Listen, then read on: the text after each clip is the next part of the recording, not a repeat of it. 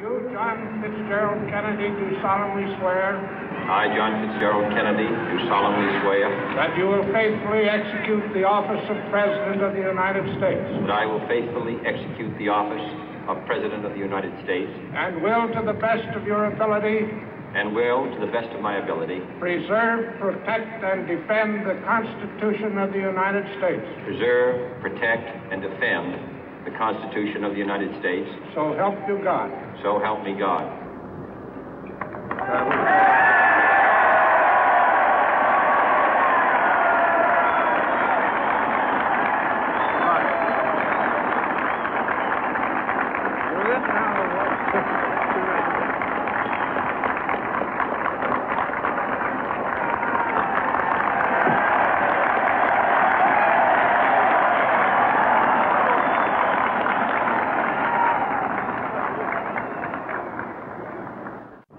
Vice President Johnson, Mr. Speaker, Mr. Chief Justice, President Eisenhower, Vice President Nixon, President Truman, Reverend clergy, fellow citizens. We observe today not a victory of party, but a celebration of freedom, symbolizing an end as well as a beginning, signifying renewal as well as change. For I have sworn before you and Almighty God the same solemn oath our forebears prescribed nearly a century and 3/4 ago.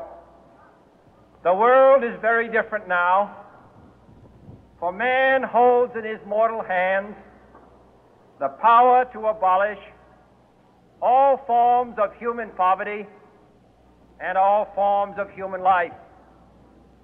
And yet the same revolutionary beliefs for which our forebears fought are still at issue around the globe. The belief that the rights of man come not from the generosity of the state, but from the hand of God.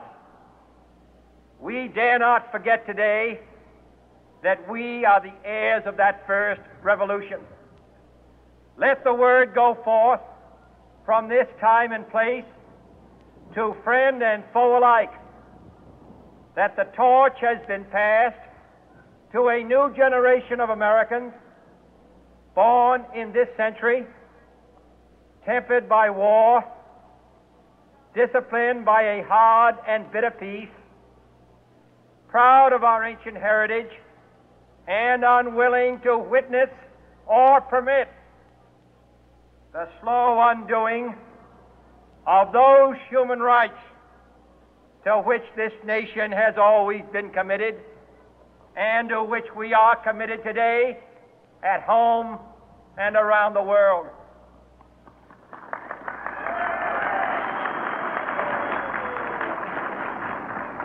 Let every nation know, whether it wishes us well or ill, that we shall pay any price, bear any burden, meet any hardship, support any friend, oppose any foe to assure the survival and the success of liberty.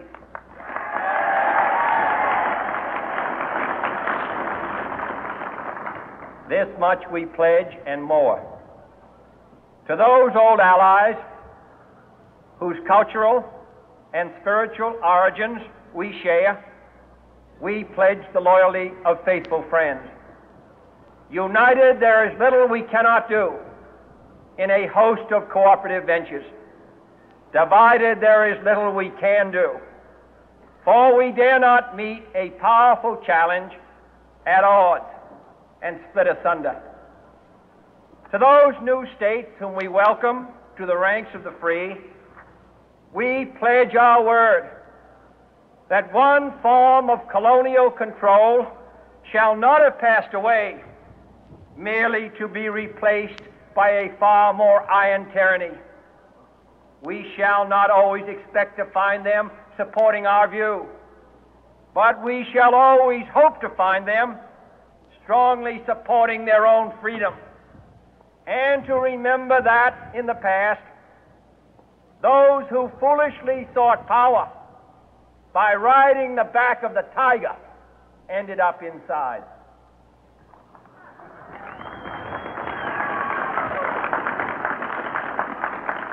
To those people in the huts and villages of half the globe struggling to break the bonds of mass misery, we pledge our best efforts to help them help themselves for whatever period is required, not because the communists may be doing it, not because we seek their votes, but because it is right. If a free society cannot help the many who are poor, it cannot save the few who are rich.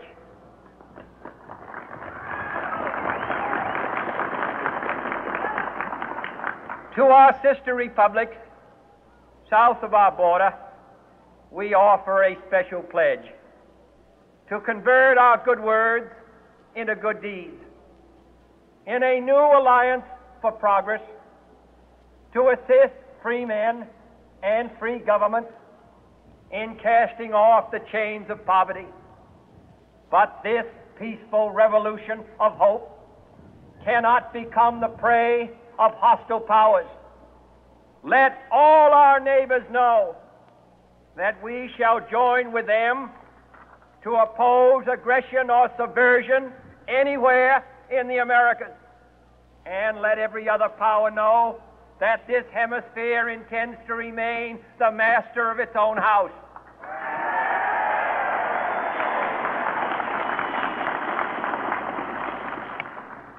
To that World Assembly of Sovereign States, the United Nations, our last best hope, in an age where the instruments of war have far outpaced the instruments of peace, we renew our pledge of support to prevent it from becoming merely a forum for invective, to strengthen its shield of the new and the weak, and to enlarge the area in which its writ may run.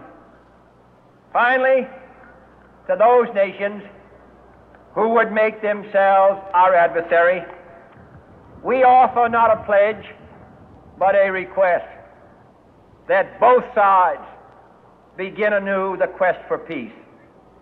Before the dark powers of destruction, unleashed by science, engulf all humanity in planned or accidental self-destruction, we dare not tempt them with weakness, for only when our arms are sufficient beyond doubt can we be certain beyond doubt that they will never be employed.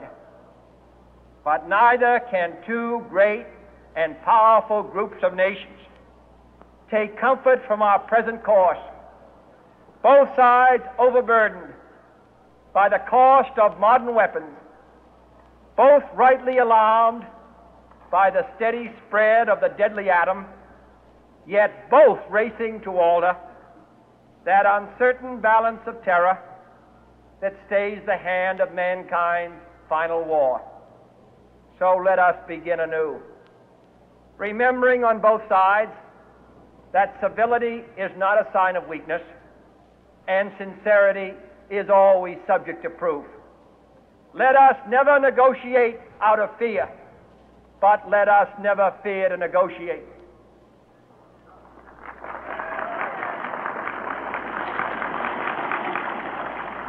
Let both sides explore what problems unite us, instead of belaboring those problems which divide us. Let both sides, for the first time, formulate serious and precise proposals for the inspection and control of arms, and bring the absolute power to destroy other nations under the absolute control of all nations.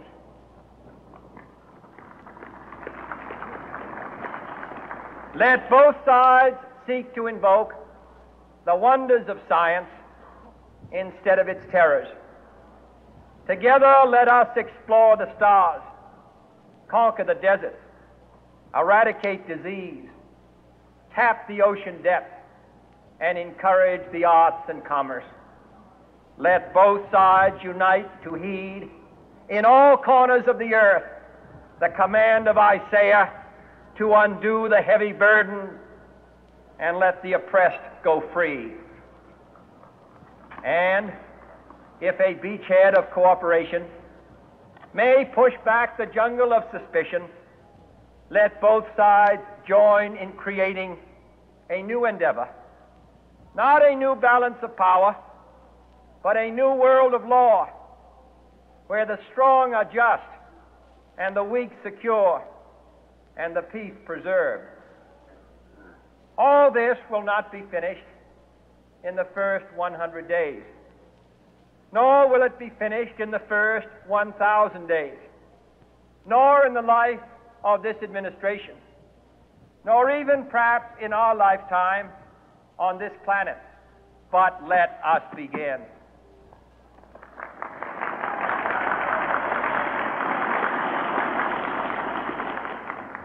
In your hands, my fellow citizens, more than mine, will rest the final success or failure of our course. Since this country was founded, each generation of Americans has been summoned to give testimony to its national loyalty. The graves of young Americans who answered the call to service surround the globe. Now the trumpet summons us again, not as a call to bear arms, though arms we need, not as a call to battle, though in battle we are, but a call to bear the burden of a long twilight struggle, year in and year out, rejoicing in hope, patient in tribulation, a struggle against the common enemies of man, tyranny, poverty, disease, and war itself. Can we forge against these enemies a grand and global alliance, north and south, east and west, that can assure a more fruitful life for all mankind? Will you join in that historic effort?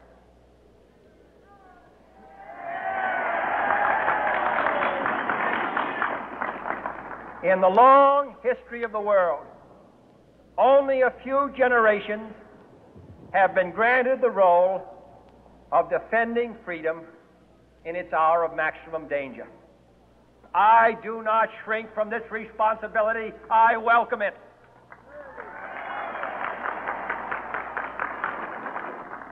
I do not believe that any of us would exchange places with any other people or any other generation. The energy, the faith, the devotion which we bring to this endeavor